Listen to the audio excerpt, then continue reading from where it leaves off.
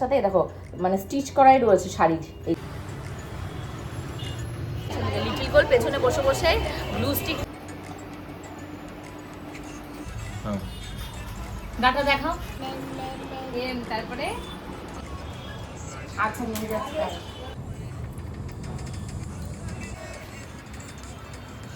Little গোল্ডের summer ভ্যাকেশনের পরে school খুলে গেছে প্রায় এক সপ্তাহ হয়ে গেল। আগের সপ্তাহে একদিনও স্কুলে যাইনি, আজকে ফার্স্ট স্কুলে যাচ্ছি। প্রথম দিন একটু স্কুলে যাচ্ছি বস, তালে গেলে তো হবেই। তো কি কি কাণ্ড কারখানা করলাম, তার পাশাপাশি কালকে গেছে জামাই ষষ্ঠী, তার পরের দিন বাড়িঘর পুরো লন্ডভন্ড, কীভাবে বাড়িঘর সব সামলালাম, সব মিলিয়ে আজকে ব্লগটাকে সাজিয়েছি। হোপফুলি তোমাদের ভীষণ ভালো লাগবে। Good morning, good morning. আজকে স্কুলে যেতে হবে তো? খুলে গেছে আমার। হ্যাপি তুমি স্কুলে যাবে? বন্ধুদের সাথে নাচানাচি করবে। বন্ধুদের সাথে নাচানাচি করবে? ওরে বাবা, চলো। ঘড়িতে এখন বাজে তোমাদের এরকম 6:45। হ্যাঁ 6:45 কাছাকাছি। আমি অলমোস্ট রেডি হয়ে গেছি। আর এই হলো লিটিল গোল্ড, এই হলো লিটিল গোল্ড। চলো তোমাকে ড্রেস করিয়ে নিয়ে আসি। লিটিল গোল্ড একেবারে ভেরি গুড গার্ল হয়ে গেছে। 5:30টায় যখন অ্যালার্ম বেজেছে আমি উঠেছি, ও আমার সাথে সাথে উঠে দেখো কত ফ্রেশ মাইন্ডে স্কুলে যাবে বলে রেডি হচ্ছে। 3 দিন স্কুলে মানে দিইনি। লিটিল গোল্ড নিজে থেকে আমায় বলছে, মা আমাকে কেন স্কুলে পাঠালে না? আমি কি উত্তর দেবো নিজেই জানি না। তো যাই হোক, আগের দিন স্কুলে যাইনি, ভালোই হয়েছে। স্কুলে বসে সবার সাথে যখন গল্প করছিলাম জানতে পারলাম বৃষ্টিতে সববার ভিজে নাকি নাকাল অবস্থা। যাই হোক, সকালবেলা ঘুম থেকে উঠে লিটিল গোল্ডকে এখন রেডি করতে হবে। তার আগে লিটিল গোল্ডকে কী খাইয়ে পাঠাবো। এই দেখো লিটিল গোল্ডের জন্য সেরিগুলো গুলেছি। আর আমার হরলিক্সটা যেহেতু একটু দলা পাকিয়ে গেছে, রিস্ক নিইনি যে যদি না গলে তাহলে তো টাইম ওয়েস্ট করা যাবে না। আজকে খাচ্ছি ছাতু। ছাতুটাও কিন্তু ভীষণই হেলদি, যদিও আমি একটু চিনি দিয়ে খাই। ভেবেছি কালকে থেকে একটু লেবু কেটে রেখে দেবো। ছাতু, লেবু দিয়ে চিনি দিয়ে খেয়ে দিয়ে রেডি হয়ে যাব। এইবার হলো সব থেকে ডিফিকাল্ট পার্ট, সেটা হলো লিটিল গোল্ডের চুলটা বাঁধা। লিটিল গোল্ডের চুলটা যেহেতু অনেকটাই বড় হয়ে গেছে, আর চুলের ঠিকভাবে পরিচর্যা যদি না করা হয় তাহলে কী হবে, চুলে ড্যান্ড্রফ হবে। তোমাদেরকে দেখিয়েছিলাম লিটিল গোল্ডের হেয়ারে ড্যান্ড্রফ হচ্ছে, তো ডাক্তার দেখিয়েছিলাম। ডাক্তার দেখে একটা মেডিসিনও দিয়েছে। সেম মেডিসিন আমিও মাখছি, লিটিল গোল্ডও মাখছে, যাতে আমাদের দুজনেরই মানে মাথায় যেহেতু চুল রয়েছে, কারো থেকে যেন কারো ছোঁয়াচে লাগে না। ডাক্তার বলেছে এরকম পরপর 3-4 দিন দেওয়ার পর বেডশিট, গামছা যা যা রয়েছে মানে কমন জিনিস আমি এবং মেয়ে ব্যবহার করি, সেগুলো যেন ওয়াশ করে ফেলি। এটা কোনো ছোঁয়াচে রোগ নয়, বাট বলেছে যে ড্যান্ড্রফ তো যে কোনো বেডশিট থেকে বা বেড কাভার থেকে এর থেকে ওর থেকে লেগেছে। তো এই জিনিসটা বা এইরকম ড্যান্ড্রফ আগে আমাদের ছিল না। তো লিটিল গোল্ডের বাবাও ঘুম থেকে আমাদের সাথে উঠে পড়েছে। ওনার জন্য আজকে স্মুদি গুলিনি, কারণ তোমরা তো জানোই স্মুদি গুলে দিলে উনি খায় না। বেকার আমার টাইম ওয়েস্ট করার টাইমই নেই, কারণ মেয়ের পেছনে সেই টাইমটুকু ইনভেস্ট করলে বরঞ্চ আমার কাজে দেবে। কালকে রাত্রে লিটিল গোল্ডের প্রজেক্টের যে কাজ রয়েছে সেগুলো সব করে দিয়েছি। লিটিল গোল্ডের যেহেতু নিচু ক্লাস, লোয়ার নার্সারি, ওদের কোনো এক্সাম হবে না। বাট পরের বছর কি তারপরের বছর থেকে ওদের একদম পুরো দমে এক্সাম হবে, কারণ আমি যে পুল কাটটাতে যাই সেই গাড়িতে সবাই যাচ্ছে, সবার এক্সাম স্টার্ট হয়ে গেছে। আমাদেরও ধরতে গেলে এই 3টে প্রজেক্ট এক্সামের মতনই। আজকে ছিল লিটিল গোল্ডের স্কুলে যে প্রজেক্টটা, সেটাতে হলো গিয়ে ওর যে স্ক্র্যাপ বুক রয়েছে স্ক্র্যাপ বুক পাঠাতে হবে, আর আমাদের ইয়েলো কালারে আর্ট পেপার কিনে দিতে বলেছিল, সেই পেপার কাটিং করে ওদের গ্লু স্টিক দিয়ে লাগাতে হবে। তো সেই কাজগুলোই করে দিয়েছি। দেওয়ার পর এই যে আমার ফ্রেন্ড যে সংস্কৃতার মা রয়েছে সঞ্চিতা, ও আর আমি মিলে ওই যে গ্লু স্টিক যেটা দিয়েছি ওকে, ওই গ্লু স্টিকটা দেখো কিভাবে হাতে লাগিয়েছে। ওই যে দেখতে পাচ্ছ, হাতে ওইভাবে লাগিয়ে ও চুপ করে দাঁড়িয়ে আছে, মানে কিছু আর বলার নেই ওকে। এইরকম দুষ্টুমি কে করে বল? আমি কোনো বাচ্চা, আমি সব দেখতে পেয়েছি, আমি জানলা দিয়ে সব দেখতে পাচ্ছি। তুই আর সংস্কৃতা কি করছিলাম সব দেখেছি। দুজনে কাঁধে হাত দিয়ে গল্পের ফোয়ারা, আর কি করছে গ্লু স্টিকটা নিয়ে লিপস্টিকের মতন ঠোঁটে লাগাচ্ছে, এ ওর হাতে লাগাচ্ছে, এই সমস্ত করেছে। লজ্জা নেই দেখো। দুষ্টুমি বাচ্চা মাত্রই করবে, কারো বাচ্চা একটু বেশি করে, কারো বাচ্চা একটু কম করে। আমার বাচ্চা একটু কমই করে, সবাই সেই কথা বলে লিটিল গোল্ড লক্ষ্মী বাচ্চা। স্কুলে কিন্তু সব বাচ্চারাই দুষ্টুমি না করলে কিন্তু ভালো লাগে না। ওদের স্কুলের মানে যে বেঞ্চগুলো রয়েছে ওইগুলো না ওরকম উঁকি মেরে দেখতে খুব ভালো লাগে, কারণ আমাদের সময় তো আমরা পাইনি এরকম এসি রুম, তারপর এত সুন্দর ডিজিটাল বোর্ড বা টিভি টাইপের কিছু একটা আছে সামথিং, লিটিল গোল্ড বাড়িতে এসে বলে সেখানে মানে কার্টুন টাইপের বা গান টাইপের কিছু চালানো হয় মিউজিক সিস্টেমের মতন। ভীষণ ভালো লাগে যে আমি যে জিনিসটা পাইনি বা আমাদের টাইমে যেগুলো অ্যাভেলেবেল ছিল না সেই জিনিসগুলো ওদের টাইমে অ্যাভেলেবেল হয়েছে, আমি সেটা আমার মেয়েকে দিতে পেরেছি। সব বাবা মাই চাই ভালোটা বেস্টটা মেয়েকে দেওয়ার জন্য বা ছেলেকে দেওয়ার জন্য। তো এই যে লিটিল গোল্ডের গান শোনো স্কুলে যাওয়ার সময় গাড়িতে বসে বসে ভীষণ গান করতে করতে আজকে গেছে। তো বাড়িতে এসেই আমার কিছু পার্সেল এসেছিলো, সেগুলো আনবক্সিং করেছি। বিশেষ করে এই সুগার কন্টেনার, তারপর তোমার এর ভেতরে সল্ট ছিল, তারপর একটা টিয়ের ছিল, আর এর ভেতরে স্পুনও রয়েছে। এগুলো লিঙ্ক সবই আমি কমেন্ট সেকশানে দিয়ে দেওয়ার চেষ্টা করব। তোমরা যাদের যাদের পছন্দ অবশ্যই নিয়ে নিও। অলরেডি আমি কমিউনিটি পোস্টের ফটোতে দিয়ে দিয়েছি দিয়েছি। অলরেডি হয়তো অনেকেই কিনে নিয়েছো, এগুলো অনেক রিজনেবল প্রাইসে মিশো থেকে কিনেছি। আর দেখবে একটা তেলের জার কিনেছি, ওটা মিশো থেকে নয়, ওটা ফ্লিপকার্ট থেকে কিনেছি। ওটাও অনেক দিন ধরে আমার ইচ্ছা ছিল, কিন্তু ভাবছিলাম যে আমার যদি নতুন বাড়িঘর হয় বা নতুন জায়গায় যদি আমি শিফট করি, তা ভাবছি কবে করব, কবে আমার এটা হতো ওটা হতো। সেই বললাম না, আমি কাশ পার্সন নই। তো যেটা সামনে আছে সেটাকেই সুন্দর করে নেওয়াটাই আমার মনে হয় সবথেকে বুদ্ধিমানের কাজ। তো আমি একটা ওই সিরামিকের যে অয়েল ডিসপোজালগুলো হয় সেগুলো একটা নিয়েছি, আর এই একটা জলের বোতল নিয়েছি মিশো থেকে।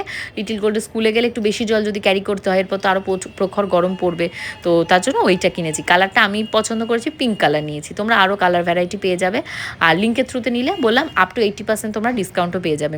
তো এই কাচের যে সিরামিকের জারগুলো রয়েছে, এগুলো দেখে তোমার লিটিল গোল্ডের বাবা বলছে এর ভেতরে তো জলও খাওয়া যায়। হ্যাঁ, তোমাদের যদি কারো ইচ্ছা হয় যে না আমি এর ভেতরে অয়েল ব্যবহার করব না বা অয়েল রাখবো না, আমি ওয়াটারের সোর্স হিসাবে আমি ব্যবহার করব, তো সেটাও তোমরা করতে পারো। তো আমি এটাকে ধুয়ে মুছে তারপরেই ব্যবহার করব, কারণ লাস্ট টাইম যে মশলার কৌটোটা কিনেছিলাম, ওটা না ধুয়ে এক্সাইটমেন্টে সমস্ত মশলা ঢেলে ফেলেছিলাম, সবাই আমাকে কমেন্ট করে বলেছিলে। তো এইবার আর সেই ভুল করলে হবে না। আর যেহেতু অয়েলটা রাখবো, তো ভালোভাবে এটাকে ধুয়ে মুছে ঢাকা দিয়ে শুকিয়ে তারপর অয়েলটাকে ঢালবো। আমার সর্ষের তেল আর সাদা তেল, এই দুটো তেলই চলে। সাদা তেল বলতে কি আমার না ওইটা তেলটা চলে, ওটাকে কী তেল বলে বলো? আরে ও কি ভুলে গেলাম, ইমামির কি rice brand oil, sorry, rice brand অয়েলটা চলে বেশি, ওটা দিয়ে ভাজাও হয়ে যায়, রান্নাও হয়ে যায়। তো লিটিল গোল্ডের বাবাকে ম্যাঙ্গো কেটে দিয়েছিলাম। এই ম্যাঙ্গোটা কিন্তু আজকের কাটা নয়, জামাই ষষ্ঠীর দিন কেটেছিলাম, ওনার ভাগেরগুলো ছিল। তো সেগুলো দিয়ে আমি এবার কী খাবো সকালবেলা, তাড়াতাড়ি করে আমি ভেবেছি একটু ফ্রাইড রাইসের মতন ভাত ভাজা করে নিই, তাহলে আমার পেটটাও ভরবে। আর এরপরে কী করবো, লিটিল গোল্ডকে স্নান করাবো, খাওয়াবো, খাইয়ে ওকে ঘুম পাড়িয়ে দেবো। আর আমি ভেবেছি আমিও ঘুমোবো, ঘুমোনোটা খুব দরকার, রেস্ট নেওয়াটা খুব দরকার। স্কুলটা যেহেতু খুলে গেছে, এখন আবার সেই আগের লাইফস্টাইলে ফিরতে হবে, যাতে আমিও হেলদি থাকি, মেয়েটাও হেলদি থাকে, যাতে রোগ ভোগে কম পড়া হয়। তো এখন মুখ টুক ধুয়ে ফেস প্যাক মাখবো।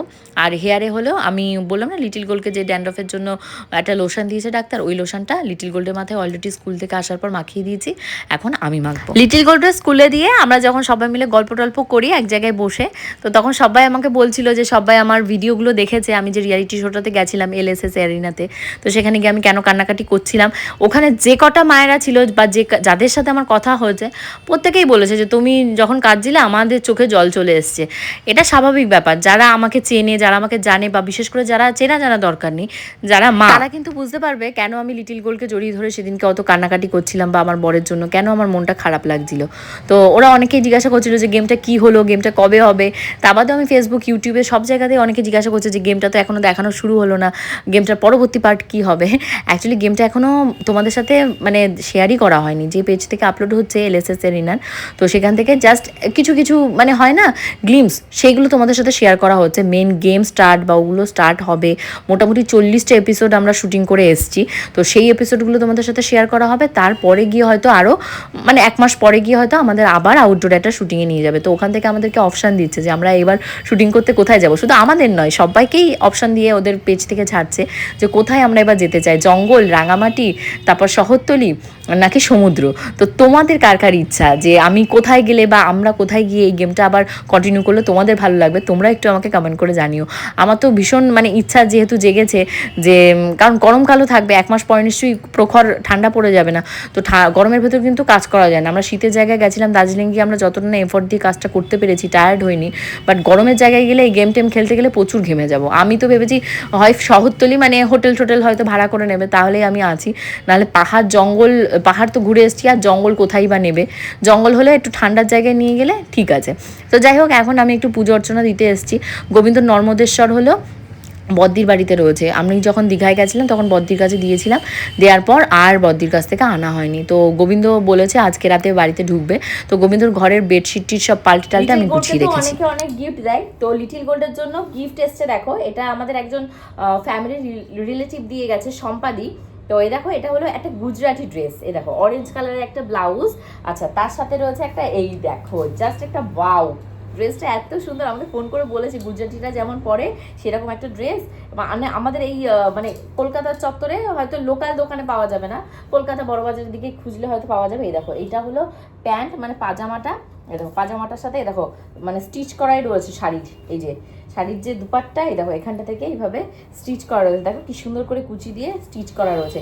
এটা এরকম গায়ে দিয়ে পরতে হবে। তো আমি ভেবেছি লিটিল গোলকে ভালো একটা নাচ তোলাবো, এরকম মারাঠি বা ধরো কোনো একটা ভালো নাচ তোলাবো, ভারতনাট্যমের ড্রেসও এরকম টাইপেরই হয়, পরিয়ে ওকে নাচটা করাবো। তোমরা আমাকে কমেন্ট করে বলো তো কি গানের সাথে নাচলে এই ড্রেসটা পরে বেশি ভালো লাগবে। আচ্ছা এখানে আরেকটা ড্রেস মনে হয় পুরী গেছিল সম্ভবত সম্পাদি, পুরী থেকে, মানে উনি সব জমায় বুঝেছো লিটিল গোল্ডের জন্য, যেখানেই যায় সেখান থেকে এরকম ড্রেস কিনে নিয়ে আসে আর একসাথে জমায় 2-3টে করে জমিয়ে তারপর দিতে আসে।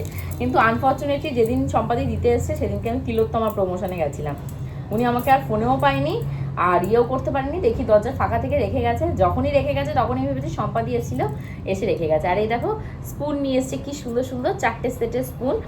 তোমরা যে কোনো পারপাসে এটা ব্যবহার করা যায়, যেমন সল্ট, সুগার বা ড্রাই কোনো জিনিস তোলার জন্য এগুলো খুবই ভালো লাগে দেখতে। এরকম এরকম রেখে দিয়ে এরকমভাবে তুলতে একটু লম্বা টাইপের রয়েছে, মানে লম্বা বয়েমগুলো থেকে তুলতে এটা দিয়ে খুবই সুবিধা হবে, ধরো যেগুলো ছোট স্পুন হারিয়ে যায় বা ডুবে যায়। তো কেমন লেগেছে গিফটগুলো অবশ্যই জানিও।